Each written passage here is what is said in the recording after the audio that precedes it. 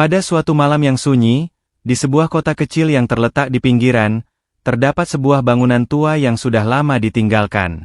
Bangunan itu adalah sebuah rumah sakit yang dikenal dengan sebutan Rumah Sakit Damar, yang pernah menjadi tempat perawatan pasien jiwa. Rumah sakit itu ditutup bertahun-tahun yang lalu setelah serangkaian kejadian tragis dan tidak dapat dijelaskan terjadi di sana. Penduduk setempat mulai menghindari tempat tersebut, dan hanya sedikit yang berani mendekat. Namun, kehadiran rumah sakit itu seolah tidak pernah hilang dari benak masyarakat. Kisah-kisah menyeramkan tentang pasien yang hilang, suara jeritan yang datang dari lorong-lorong yang gelap, dan bayangan yang mengintai dari balik jendela, terus menghantui mereka. Tidak ada yang benar-benar tahu apa yang terjadi di dalam rumah sakit itu, dan siapapun yang mencoba mengungkap misteri tersebut seringkali tidak kembali. Hari itu, beberapa orang muda yang berani memutuskan untuk menantang ketakutan mereka. Mereka adalah Rico, Dani, Mira, dan Tika, 4 sahabat yang baru saja lulus dari sekolah menengah dan mencari petualangan. Rico, yang terkenal karena rasa penasarannya yang besar, meyakinkan teman-temannya untuk masuk ke dalam rumah sakit Damar malam itu. "Jangan bilang aku takut," kata Rico, tertawa kecil saat melihat ekspresi cemas di wajah teman-temannya. "Aku hanya nggak yakin kalau kita seharusnya masuk ke sana," jawab Dani dengan suara ragu. Namun, ia tidak bisa menahan rasa penasaran yang sama. Mereka akhirnya berdiri di depan gerbang utama rumah sakit yang terbuka lebar, seolah menyambut mereka untuk masuk. Tanpa banyak berpikir lagi, mereka melangkah ke dalam. Begitu mereka melewati pintu utama, suasana yang sangat sunyi dan gelap langsung menyelimuti mereka. Lampu-lampu yang dulu terang kini mati, meninggalkan lorong-lorong yang hampir tidak terlihat. Di dalam udara yang kental dengan debu dan bau apek, ada sesuatu yang terasa ganjil. Tika, yang berjalan paling belakang, merasa seolah ada sesuatu yang mengamatinya dari kejauhan. Ia berusaha mengabaikan perasaan itu dan mempercepat langkahnya. Mereka berjalan menelusuri lorong demi lorong, mencoba mencari tahu lebih jauh tentang apa yang terjadi di rumah sakit itu. Setiap langkah mereka diiringi oleh suara langkah kaki mereka sendiri yang menggema, dan semakin lama, semakin terasa ada sesuatu yang mengikutinya. Tika merasakan hawa dingin yang menggigit kulitnya, namun saat ia menoleh, tidak ada siapa-siapa. Mereka tiba di sebuah pintu besar yang mengarah ke ruang bawah tanah. Pintu itu terbuat dari kayu tua yang terlihat sangat rapuh, namun anehnya tidak terkunci. Dengan rasa penasaran yang semakin membesar, Rico membuka pintu tersebut dan melangkah ke dalam. Begitu mereka turun ke bawah, udara di ruang bawah tanah terasa lebih dingin dan lembab, seolah-olah waktu telah berhenti di sana. Di dalam kegelapan yang pekat, mereka bisa melihat dinding-dinding yang penuh dengan coretan-coretan aneh, beberapa di antaranya berupa simbol-simbol yang tidak mereka mengerti. "Apa ini? Kenapa ada gambar-gambar seperti itu?" tanya Mira, suaranya bergetar. Tika merasakan sesuatu yang tak beres. Ada sesuatu yang mengawasi mereka, suatu kekuatan yang tidak bisa dijelaskan dengan kata-kata. Ketika mereka mulai menyelidiki lebih dalam, mereka mendengar suara berbisik. Mula-mula terdengar samar, namun semakin lama semakin keras, seolah datang dari dalam dinding. "Siapa itu?" tanya Dani, matanya membelalak ketakutan. Rico mencoba untuk menghilangkan rasa takutnya, mungkin hanya suara angin.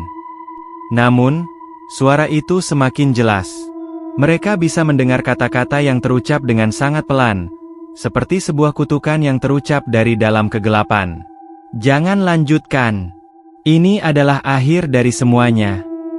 Pada saat itu, mereka semua merasa ada sesuatu yang aneh terjadi. Tiba-tiba, lampu yang ada di ruang bawah tanah menyala dengan sendirinya, memperlihatkan lorong yang lebih panjang lagi di depan mereka. Di ujung lorong itu, mereka bisa melihat bayangan seseorang yang berdiri tegak.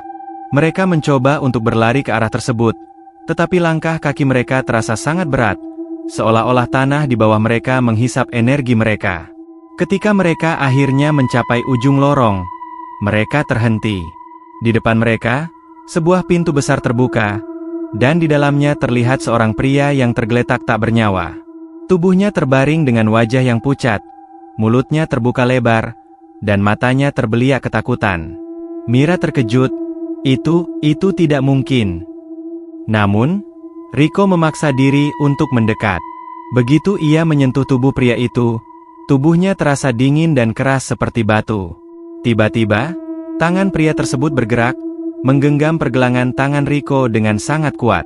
Riko terkejut dan berusaha menarik diri, tetapi semakin keras genggaman itu. Di saat yang bersamaan, sebuah suara keras terdengar dari arah belakang mereka. Pintu ruang bawah tanah itu terbanting tertutup dengan sendirinya. Mereka terjebak. Kegelapan semakin menyelimuti mereka, dan suara bisikan itu kembali terdengar. Kali ini, bisikan itu datang dari semua arah, mengisi ruang dengan kata-kata yang tidak bisa mereka pahami. Selamat datang di lorong berdarah. Tidak ada yang pernah keluar dari sini. Mereka merasa tubuh mereka seolah melayang, dan satu persatu, tubuh mereka terseret menuju kegelapan, tanpa tahu apakah mereka akan kembali lagi atau tidak. Ketika pintu ruang bawah tanah itu tertutup dengan keras, suasana menjadi semakin menekan. Udara terasa semakin berat, dan setiap napas yang mereka tarik terasa sulit. Tika, yang paling ketakutan, sudah mulai menangis. Ia tidak bisa mempercayai apa yang sedang terjadi. Mereka terjebak di dalam rumah sakit ini, dan ada sesuatu yang mengincar mereka. Riko berusaha untuk tetap tenang, meski tangannya gemetar. Ia mencoba menenangkan teman-temannya, tetapi rasa takut itu semakin meluap di dalam dirinya. Kita harus mencari cara keluar dari sini, katanya dengan suara serak, namun tak seorang pun bisa membantah betapa sukar situasi ini. Mira mencoba mendekati dinding yang tampaknya merupakan bagian dari ruang bawah tanah yang lebih besar. Dinding itu terbuat dari batu bata yang sudah mulai retak, dan beberapa bagian terlihat basah, seolah ada air yang terus-menerus menetes dari atas. Dia mengetuk-ngetuk dinding itu, berharap menemukan celah atau pintu rahasia yang bisa mengarah ke jalan keluar. Namun tidak ada yang ditemukan. Apakah ada jendela atau sesuatu yang bisa kita buka? Tanya Dani, berharap ada cara untuk melarikan diri. Tika hanya bisa menggigit bibirnya. Tubuhnya terasa sangat lemas. Ketika mereka berusaha mencari jalan keluar, mereka mulai mendengar suara-suara aneh, seperti langkah kaki berat yang bergema di lorong-lorong yang lebih jauh di dalam rumah sakit itu. Suara itu semakin jelas, semakin dekat. Mungkin ada orang lain yang terperangkap di sini, mereka pikir demikian. Namun, saat suara langkah itu mencapai puncaknya, tiba-tiba suara itu berhenti. Semua menjadi sunyi. Dalam diam itu, sebuah bayangan gelap muncul di ujung lorong. Seorang pria dengan pakaian kuno, kotor dan lusuh, berdiri memandang mereka. Pria itu tidak bergerak, hanya berdiri di sana, menatap dengan mata kosong. "Tolong, siapa kamu?" teriak Tika. Suaranya tercekat ketakutan. Pria itu tidak menjawab. Ia hanya berdiri diam, seolah tidak bisa bergerak, seolah tubuhnya adalah bagian dari kegelapan itu sendiri. Riko, yang sedikit lebih berani, melangkah maju, mencoba mencari tahu siapa orang itu. Tapi begitu langkahnya lebih dekat, ia merasakan hawa dingin yang menyentuh kulitnya. Tanpa sadar, ia menggigil. Tiba-tiba, pria itu membuka mulutnya, dan sebuah suara yang dalam dan mengerikan keluar dari dalam tubuhnya, seolah bukan berasal dari manusia. "Kalian sudah terlambat. Tak ada yang bisa keluar dari sini, tak ada yang selamat." Suara itu bergema di seluruh ruangan, membuat dinding-dinding seolah bergetar. Semua teman-temannya terdiam, tak tahu harus berbuat apa. Riko mundur, terjatuh ke lantai, sementara Tika dan Dani mulai menangis. Mira, yang mencoba untuk tetap rasional, memegang tangan Riko. "Jangan takut, kita harus tetap tenang," katanya, meskipun matanya sudah dipenuhi ketakutan. Namun, saat Mira berbicara, pria itu menggerakkan tangannya dengan gerakan lambat.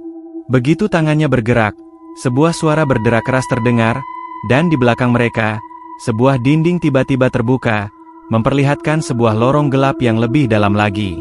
"Kalian tidak akan keluar, sampai kalian tahu kutukan ini, dan kalian menjadi bagian dari tempat ini." Suara pria itu berkata lagi, dengan nada yang lebih berat.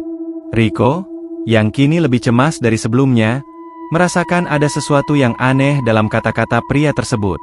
"Kutukan?" Apa yang dimaksudnya? Tiba-tiba, bayangan pria itu menghilang, kembali ke dalam kegelapan lorong, seolah ditelan oleh ruang itu sendiri. Apakah kita harus mengikuti dia? Tanya Dani dengan suara gemetar, seolah mencari jawaban. Sepertinya itu satu-satunya cara, jawab Riko, meskipun suaranya terdengar ragu. Kita harus mencari tahu apa yang terjadi di sini. Mereka memutuskan untuk melangkah ke lorong yang baru terbuka. Ketika mereka masuk lebih dalam, suasana semakin mencekam. Lorong itu sangat panjang, dengan dinding yang dipenuhi coretan-coretan aneh dan simbol-simbol yang tak mereka pahami. Beberapa gambar terlihat sangat menakutkan, seperti gambar tangan yang terulur, dengan jari-jari yang membentuk simbol yang seolah ingin menyentuh mereka. Di sepanjang lorong itu, ada sesuatu yang aneh, suara bisikan yang semakin jelas, seolah-olah datang dari dinding itu sendiri. Suara-suara itu semakin keras, menciptakan rasa seperti ada ribuan orang yang berbisik dalam bahasa yang tidak dikenal. Dan di setiap langkah yang mereka ambil, mereka merasakan bahwa mereka semakin mendekati sesuatu yang mengerikan. Tak lama kemudian, mereka sampai di ujung lorong, yang berakhir di sebuah pintu besar yang terbuat dari besi hitam. Pintu itu terlihat sangat kuat, tetapi anehnya tidak terkunci. Saat Riko menyentuh gagang pintu, ia merasakan kehangatan yang sangat aneh, seolah ada energi yang mengalir di balik pintu itu. Dengan hati-hati, ia mendorong pintu itu terbuka. Begitu pintu terbuka, mereka langsung disambut dengan pemandangan yang sangat mengerikan. Di dalam ruangan itu, terdapat sebuah altar tua yang terbuat dari batu hitam. Di atas altar itu, ada sebuah buku besar yang tampaknya sangat tua, terikat dengan kulit manusia. Di sekitar altar, ada banyak lilin yang menyala, dan sebuah gambar besar yang tergantung di dinding. Gambar itu adalah gambar seorang pria dengan mata kosong, yang mengenakan pakaian yang sama dengan pria yang mereka temui di lorong sebelumnya. Namun, yang lebih mengerikan adalah apa yang ada di lantai.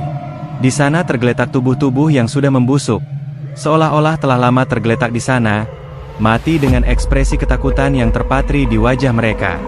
Tika menutup mulutnya dengan tangan, berusaha menahan agar tidak terpekik. Dani hampir pingsan, dan Mira, meski terlihat lebih tenang, juga tidak bisa menahan ketakutannya.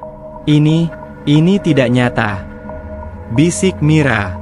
Namun, saat mereka mencoba mundur, tiba-tiba pintu yang mereka buka tertutup dengan sendirinya. Mereka terjebak di dalam ruangan itu, dan suara bisikan kembali terdengar, semakin keras dan lebih jelas. Selamat datang di tempat kalian akan menjadi bagian dari kutukan ini. Tak ada yang akan keluar hidup-hidup. Kalian telah terpilih. Dengan rasa cemas yang semakin mendalam, mereka tahu satu hal yang pasti. Mereka tidak hanya terjebak di dalam rumah sakit ini, tapi mereka juga telah masuk ke dalam sebuah perangkap kutukan yang sangat kuat, yang tak bisa mereka lari dari dalamnya. Ketegangan di dalam ruangan itu semakin menebal. Suara bisikan yang datang entah dari mana mengisi udara, seperti sebuah mantra kuno yang menyelubungi mereka. Tika, yang hampir tidak bisa bernapas karena ketakutan, hanya bisa menggenggam lengan Mira, berusaha mencari sedikit kenyamanan di tengah kegelapan yang semakin mendalam. Riko dan Dani berdiri mematung, mulut mereka tercekat, seolah suara itu langsung menghubungkan mereka dengan entitas yang menguasai tempat itu. Namun, suara bisikan yang terdengar semakin jelas, kalian tak akan keluar. Semua yang memasuki tempat ini harus menjadi bagian dari kami, selamanya. Jangan dengarkan, seru Riko, berusaha menenangkan diri dan teman-temannya. Kita harus tetap berpikir jernih. Ada cara keluar dari sini. Tetapi saat ia berkata begitu, dinding-dinding ruangan itu mulai bergetar. Langkah kaki yang berat terdengar. Gemuruhnya datang dari dalam tanah, seolah ada sesuatu yang hidup di bawah mereka. Seketika, lantai di sekitar mereka mulai retak, dan dengan sangat cepat, sebuah lubang besar muncul di tengah ruangan. Dari lubang itu, muncul tangan-tangan besar, terbuat dari tanah dan batu, yang meraih mereka. Riko berteriak, "Lari!" Dan mereka pun berlari secepat mungkin, tetapi langkah mereka terasa sangat lambat, seperti ada sesuatu yang menahan tubuh mereka. Semakin mereka berlari, semakin dekat tangan-tangan itu meraih mereka. Riko, yang berada paling depan, berhasil melompat ke sisi kanan. Namun tangan yang terbuat dari batu itu hampir saja menangkap kakinya. Begitu ia menghindar, ia merasa ada sesuatu yang menariknya ke dalam lubang itu. Hanya dengan refleks, ia menarik tangan Dani yang masih tertinggal sedikit di belakangnya, dan keduanya jatuh ke samping.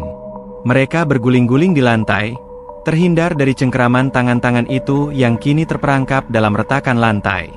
Mira dan Tika mengikuti mereka dengan tergesa-gesa. Meskipun mereka semua sangat ketakutan, dorongan untuk bertahan hidup lebih kuat daripada rasa takut mereka. Mereka semua berlari ke sisi lain ruangan, menuju pintu yang tertutup rapat. Namun, begitu mereka sampai di sana, mereka terhenti. Pintu itu, yang tadinya bisa dibuka dengan mudah, kini berubah menjadi sebuah dinding yang sangat tebal dan keras. Mereka tidak bisa membuka atau merusaknya, meskipun mereka mencobanya dengan sekuat tenaga. Tika, yang semakin panik, terjatuh ke lantai dan menangis. Kenapa ini terjadi pada kita? Kenapa kita terjebak di sini? Aku tidak tahu, tapi kita harus tetap berusaha, jawab Riko, meskipun suaranya mulai terdengar putus asa. Pada saat itu, sebuah suara baru terdengar dari dalam kegelapan, lebih keras, lebih jelas. Suara itu bukan berasal dari manusia, tapi dari sesuatu yang jauh lebih kuno dan menakutkan. Suara itu menyebutkan nama mereka satu persatu. Riko, Dani, Mira, Tika. Mereka semua menoleh dengan ngeri, melihat bayangan gelap yang muncul di tengah ruangan. Bayangan itu perlahan mulai membentuk sosok manusia, dengan wajah yang terdistorsi dan penuh dengan luka-luka mengerikan. Sosok itu berjalan mendekat dengan langkah lambat namun pasti, dan wajahnya semakin jelas terlihat. Itu adalah wajah pria yang pertama kali mereka lihat di lorong bawah tanah. Pria yang telah memperingatkan mereka tentang kutukan ini. "Kenapa kalian datang ke sini?" Suara pria itu bergema, seperti berasal dari dalam tanah. "Kenapa kau mengutuk kami?" Mira berteriak dengan marah. "Kami hanya ingin tahu apa yang terjadi di sini." Pria itu tertawa dengan suara seram yang mengerikan. "Kalian tidak tahu apa-apa. Kalian hanyalah bagian dari ritual yang telah berusia ratusan tahun. Rumah sakit ini bukan hanya tempat untuk menyembuhkan orang sakit, tetapi tempat untuk menjaga mereka yang terkutuk. Kalian telah memasuki tempat yang tidak seharusnya kalian masuki." Tika menggigil ketakutan. "Tetapi kami tidak tahu. Kami tidak tahu apa-apa." Pria itu melangkah lebih dekat. Wajahnya kini hanya beberapa inci dari wajah Tika. Wajahnya yang mengerikan dipenuhi dengan bekas luka yang menjijikan, dan matanya yang kosong menatap tajam. Tidak ada yang bisa kembali setelah mereka terperangkap di sini. Ini adalah tempat penantian abadi. Semua yang masuk akan menjadi bagian dari kutukan yang ada di tempat ini. Tiba-tiba, pria itu menoleh ke arah Riko. "Kalian telah dipilih untuk menjadi bagian dari kami, untuk melanjutkan apa yang sudah dimulai. Kalian tidak bisa menghindarinya. Kalian adalah bagian dari sejarah tempat ini. Takdir kalian sudah digariskan." Dengan gerakan cepat, pria itu mengangkat tangannya dan menunjuk ke sebuah sudut ruangan yang gelap. Di sana, sebuah layar tua yang terbuat dari kain putih muncul, seolah-olah ditarik keluar dari udara. Dengan rasa takut yang mencekam, mereka melihat bayangan-bayangan yang mulai muncul di layar itu. Bayangan tersebut adalah gambar-gambar orang-orang yang tampaknya telah hidup di rumah sakit itu, semuanya dengan ekspresi ketakutan yang sangat jelas di wajah mereka. Mereka melihat banyak gambar orang-orang yang terjebak, mati dengan mata yang terbuka lebar, seolah tidak percaya dengan apa yang terjadi pada mereka. Tubuh mereka tampak membeku, seperti batu, seolah-olah mereka telah menjadi bagian dari ruangan ini. Setiap gambar yang muncul di layar membawa lebih banyak rasa ngeri dan ketidakpercayaan. "Ini yang akan terjadi pada kalian," kata pria itu dengan suara yang dingin. "Kalian akan menjadi bagian dari kami, menjadi salah satu bayangan yang akan menghantui orang yang datang setelah kalian." Tika menjerit keras. "Tidak, kami tidak akan jadi seperti mereka." Riko, yang mulai kehilangan harapan, mencoba berpikir jernih. Ada sesuatu yang tidak beres. Rumah sakit ini adalah tempat yang mengerikan, dan semua yang ada di sini tampaknya terperangkap dalam kutukan yang tak bisa dipahami. Tapi mereka tidak bisa menyerah. Tiba-tiba, sebuah suara terdengar, mengalihkan perhatian mereka. Suara itu datang dari belakang mereka, dari pintu yang tertutup rapat. Ada jalan keluar. Suara itu terdengar seperti bisikan yang sangat jauh, tetapi cukup keras untuk mereka dengar. Rico, yang sangat ingin percaya pada suara itu, berlari ke arah pintu. "Ayo, kita harus keluar." Namun, saat ia mencoba mendorong pintu itu, sesuatu yang tidak terduga terjadi. Pintu itu terbuka dengan sangat mudah, tanpa hambatan apapun. Dengan hati-hati, mereka melangkah keluar dari ruangan itu, hanya untuk mendapati bahwa mereka berada di lorong yang sangat gelap dan penuh dengan dinding yang dipenuhi coretan-coretan misterius. Tidak ada jalan keluar. Suara pria itu terdengar kembali, kali ini lebih keras dan lebih menakutkan. Rico menoleh dengan cepat. Mereka sudah terjebak, dan kini, jalan satu-satunya adalah untuk menghadapi kutukan itu, atau menjadi bagian dari sejarah kelam yang menghantui tempat ini selamanya. Saat pintu yang membawa mereka keluar terbuka, mereka menemukan diri mereka berdiri di sebuah lorong panjang yang penuh dengan kegelapan. Lorong ini berbeda dari yang sebelumnya, lebih sempit, lebih gelap, dan seolah tak ada ujungnya. Dindingnya dipenuhi dengan retakan-retakan besar yang seolah menghisap cahaya dari setiap sumber yang ada. Suasana di sini sangat berbeda, lebih menindas, lebih menakutkan. Seolah-olah tempat ini sengaja dirancang untuk membuat orang merasa terperangkap, kehilangan arah, dan tak pernah bisa keluar. Mira menggenggam lengan Rico erat-erat, seolah mencoba menenangkan dirinya. Namun keringat dingin membasahi dahi mereka semua. Mereka merasa ada yang mengawasi mereka, meskipun di sekitar mereka tidak ada siapapun. Suara langkah kaki mereka sendiri menggema di dalam lorong yang kosong, menambah ketegangan yang sudah mencekam. "Kenapa kita bisa berada di sini lagi? Bukannya tadi kita sudah keluar?" tanya Dani dengan suara yang hampir tidak terdengar. Suaranya serak dan kebingungan.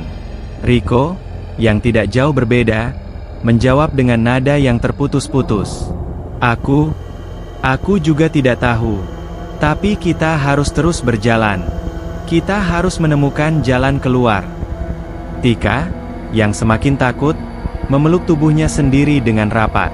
"Aku nggak bisa lagi. Ini semua sudah terlalu banyak, kita akan mati di sini, kan?" Mira menoleh ke arah Tika dan mencoba memberikan senyum yang setengah dipaksakan. "Jangan berpikir seperti itu. Kita pasti bisa keluar. Kita hanya perlu tetap bersama dan berpikir jernih." Namun, saat Mira berbicara, lorong itu seakan mulai merespon. Dinding-dinding yang retak di sekeliling mereka tampak bergerak, seolah mengalirkan energi yang tidak terlihat. Dalam sekejap, lorong itu mulai berubah, menyesuaikan bentuknya, memperpendek jarak di depan mereka, dan memperlebar ke belakang. Kini mereka tidak hanya merasa seperti terperangkap dalam ruang yang lebih sempit, tetapi juga terperangkap dalam waktu yang tidak bisa dipahami. Setiap langkah yang mereka ambil membuat lorong itu terasa semakin panjang. Mereka mulai merasa kehilangan arah. Tak peduli seberapa jauh mereka berjalan, ujung lorong tetap tidak terlihat. Mereka seolah terperangkap dalam sebuah dimensi yang berputar, seakan mereka berjalan dalam lingkaran tanpa henti. Dan dengan setiap langkah, ketakutan mereka semakin bertambah. "Apa ini? Kenapa lorongnya berubah?" Dani berteriak panik, tetapi tak ada yang bisa mereka lakukan. Mereka hanya bisa terus berjalan, berharap menemukan sesuatu yang bisa memberi mereka petunjuk. "Ini bukan hanya rumah sakit, ini adalah perangkap," teriak Rico, saat ia berusaha mencari celah di sekitar mereka. Ia memukul-mukul dinding, berharap menemukan sesuatu yang bisa memberi mereka jalan keluar. Namun dinding itu terasa padat dan keras, tidak ada ruang atau celah yang bisa dimasuki. Tiba-tiba, sebuah suara keras terdengar dari belakang mereka, seperti derap langkah kaki besar yang mendekat dengan sangat cepat. Semua menoleh, tetapi tak ada siapa-siapa di belakang mereka. Mereka mulai berlari, meskipun mereka tidak tahu harus lari kemana. "Cepat! Kita harus terus berlari!" teriak Rico, berlari lebih cepat, tetapi semakin mereka berlari, semakin terhalang oleh bayangan-bayangan hitam yang muncul di sisi lorong. Bayangan itu bergerak mengikuti mereka, lebih cepat dari langkah kaki mereka, memburu mereka tanpa henti. Mira, yang kelelahan, hampir terjatuh. Tetapi Tika berhasil menangkap lengannya. "Jangan berhenti! Jangan berhenti lari!" teriak Tika, matanya hampir melotot karena ketakutan. Tiba-tiba, lorong itu berhenti berubah.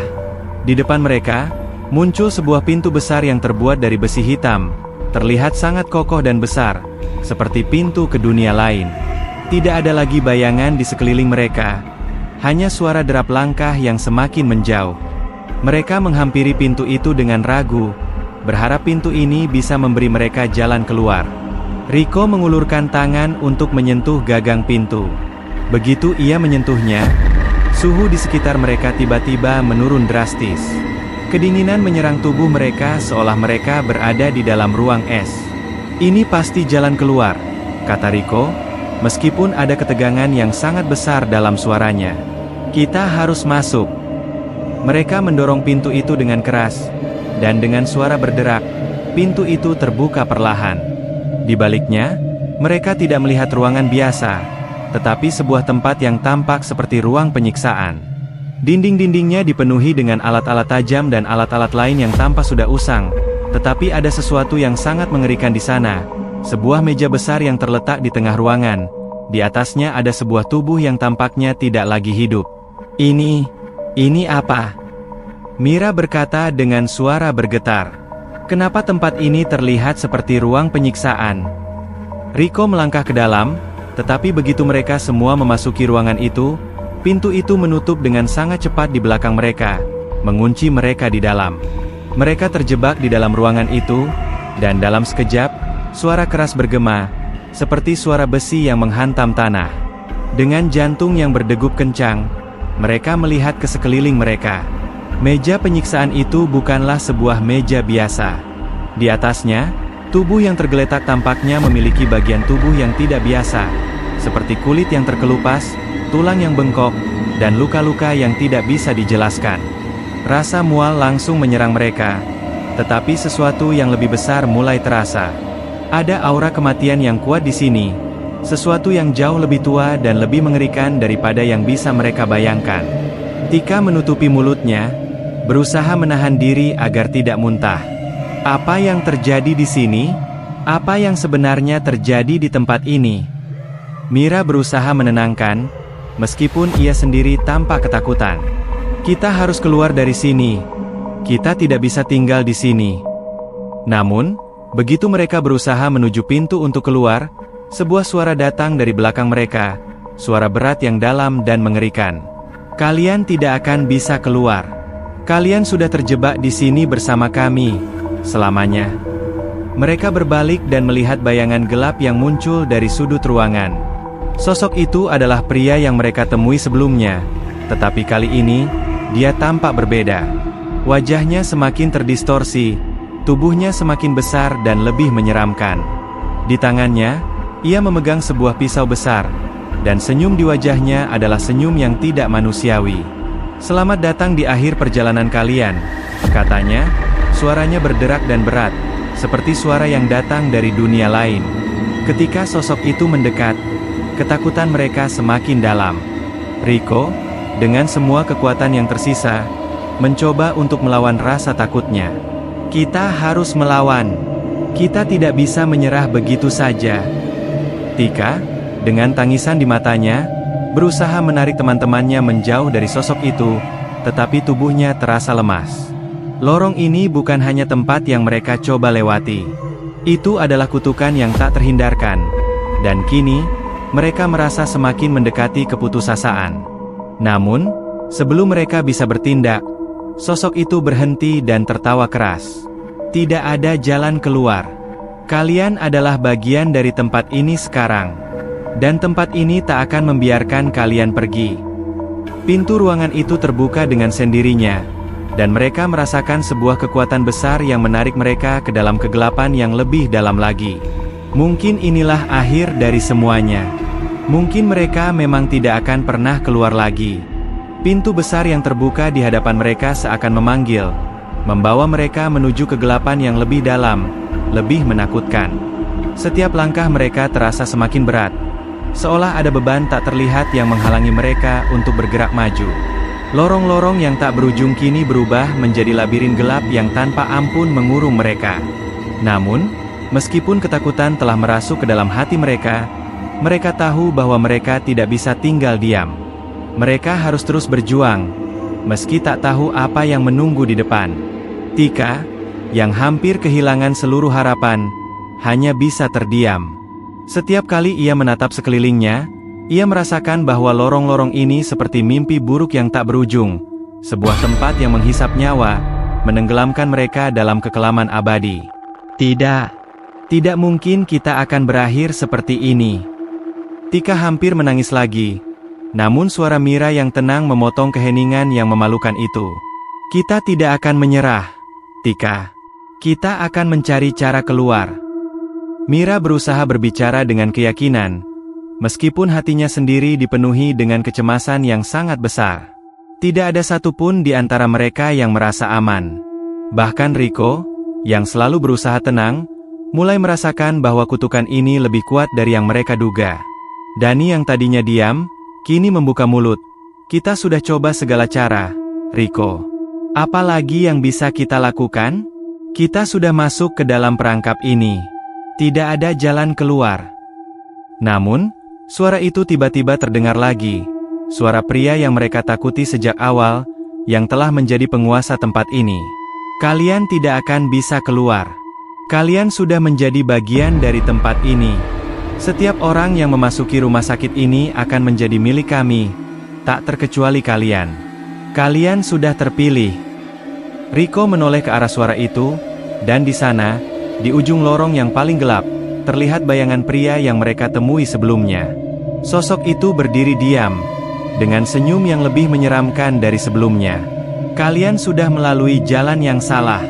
Kalian memilih untuk masuk ke dalam kutukan ini, dan kini, kalian tak akan bisa keluar.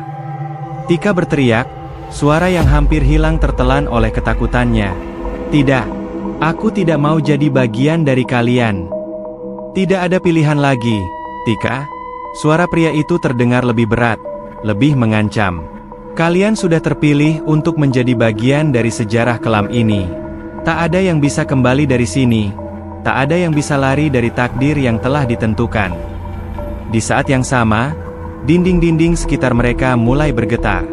Mereka merasakan seakan ada kekuatan yang sangat besar yang sedang mengguncang tempat ini. Bukan hanya dinding, namun seluruh struktur bangunan itu seakan hidup, seakan ingin menelan mereka dalam kehancuran. Lantai di bawah mereka bergoyang, dan suara-suara aneh mulai terdengar dari dalam tanah, seperti suara yang berasal dari kedalaman yang sangat gelap dan jauh. Tiba-tiba, lantai di bawah mereka pecah, dan mereka jatuh ke dalam jurang yang lebih dalam, seakan disedot oleh kekuatan yang tak terlihat. Riko dan teman-temannya berteriak saat tubuh mereka terhempas. Tubuh mereka terlempar ke dalam kegelapan tanpa dasar. Namun, saat mereka jatuh, mereka merasakan sebuah tarikan yang sangat kuat. Seakan ada tangan-tangan tak kasat mata yang menarik mereka lebih dalam lagi. Mereka merasa tubuh mereka seperti terhenti di tengah-tengah ruang hampa, dan semua suara di sekeliling mereka menjadi teredam. Kemudian, dalam sekejap, mereka terlempar ke sebuah ruangan yang sangat besar. Ruangan itu gelap gulita, hanya diterangi oleh cahaya redup yang datang entah dari mana. Di dalamnya, mereka melihat sesuatu yang jauh lebih mengerikan daripada yang pernah mereka bayangkan. Di tengah-tengah ruangan itu, sebuah altar besar terbuat dari batu hitam tampak menjulang tinggi, dengan simbol-simbol aneh yang terukir di sekelilingnya. Di atas altar itu, ada tubuh-tubuh manusia yang telah membusuk, tubuh yang tampaknya sudah lama tidak bernyawa, tergeletak tak bernyawa dengan ekspresi yang tampaknya menyiratkan ketakutan yang luar biasa. Namun, ada satu hal yang sangat mencolok. Mata mereka yang masih terbuka lebar, menatap kosong ke langit-langit, seolah-olah mereka terperangkap dalam dunia yang tak bisa mereka hindari. Ini adalah tempat kalian akan berakhir. Suara pria itu terdengar lagi, kali ini lebih dekat, lebih mengancam. Mira menutup matanya sejenak, berusaha untuk tidak menangis. Tidak, kami tidak bisa berakhir seperti ini. Kami tidak bisa. Rico, yang mulai merasa bahwa tidak ada lagi harapan, berusaha menenangkan teman-temannya. Kita tidak akan menyerah begitu saja. Ada sesuatu yang bisa kita lakukan. Pasti ada cara untuk keluar. Namun, suara itu kembali mengalun, kali ini lebih keras, lebih menekan. Tidak ada cara keluar. Kalian sudah terjebak. Kalian adalah bagian dari tempat ini sekarang. Tiba-tiba, altar di tengah ruangan itu mulai bergemuruh. Dari bawahnya, muncul tangan-tangan besar yang terbuat dari batu, menjulur keluar dan mencoba meraih mereka. Tangan-tangan itu bergerak dengan kecepatan yang sangat tinggi, seolah menginginkan tubuh mereka untuk menjadi bagian dari ruangan yang sudah mati ini. "Ayo, kita harus bergerak," teriak Rico, meskipun ia sendiri merasa putus asa. Mereka semua berlari sekuat tenaga, tetapi tangan-tangan itu semakin mendekat, semakin meraih mereka. Mereka tidak tahu kemana harus lari, karena ruang itu tampaknya terus berubah. Pintu-pintu yang muncul di mana-mana dengan cepat menghilang begitu saja. Namun, saat mereka berlari menuju salah satu pintu, sesuatu yang tak terduga terjadi. Semua dinding mulai retak, dan suara keras terdengar, seolah seluruh tempat itu akan runtuh. Dalam sekejap, tempat itu mulai runtuh ke dalam jurang kegelapan yang lebih dalam lagi. Dan di tengah kehancuran itu, mereka mendengar suara pria itu berkata dengan sangat jelas, "Kalian tidak akan pernah keluar. Kalian adalah bagian dari kutukan ini." Namun, suara itu mulai menghilang, semakin jauh, semakin lemah. Lorong-lorong dan ruangan yang mereka coba hindari semakin memudar, seolah tempat itu ingin menelan mereka seluruhnya. Mereka hanya bisa berteriak, terperangkap dalam ruang yang tanpa ampun ini, mengetahui bahwa mereka tidak akan pernah bisa kembali ke dunia luar. Pada saat itu, mereka merasa tubuh mereka semakin lemah. Mungkin inilah akhirnya. Mungkin mereka memang tidak akan pernah keluar dari tempat ini. Dan dengan satu tarikan napas terakhir, mereka pun menghilang. Seperti ribuan orang yang telah terperangkap sebelum mereka menjadi bagian dari legenda kelam ini. Dan tubuh mereka, seperti ribuan jiwa yang hilang, akan tetap menghantui rumah sakit itu selamanya, terperangkap dalam kutukan yang tak pernah berakhir. Hanya satu hal yang pasti, teror ini tidak akan pernah berhenti. Setiap orang yang memasuki tempat itu akan berakhir sama seperti mereka. Tidak ada yang bisa lari dari takdir yang telah digariskan oleh tempat itu. Dan kutukan yang mencekam itu akan terus berlangsung selamanya. Terima kasih telah melihat dan juga mendengarkan video ini sampai habis, dan jangan lupa bagikan ke teman-teman Anda agar mereka menikmati ketegangan seperti yang Anda rasakan juga. Jangan lupa untuk subscribe, like, share dan juga tinggalkan komentar di kolom komentar, untuk selalu mendukung channel kami agar lebih baik, dan bisa membuat cerita yang lebih menegangkan dan juga menyeramkan.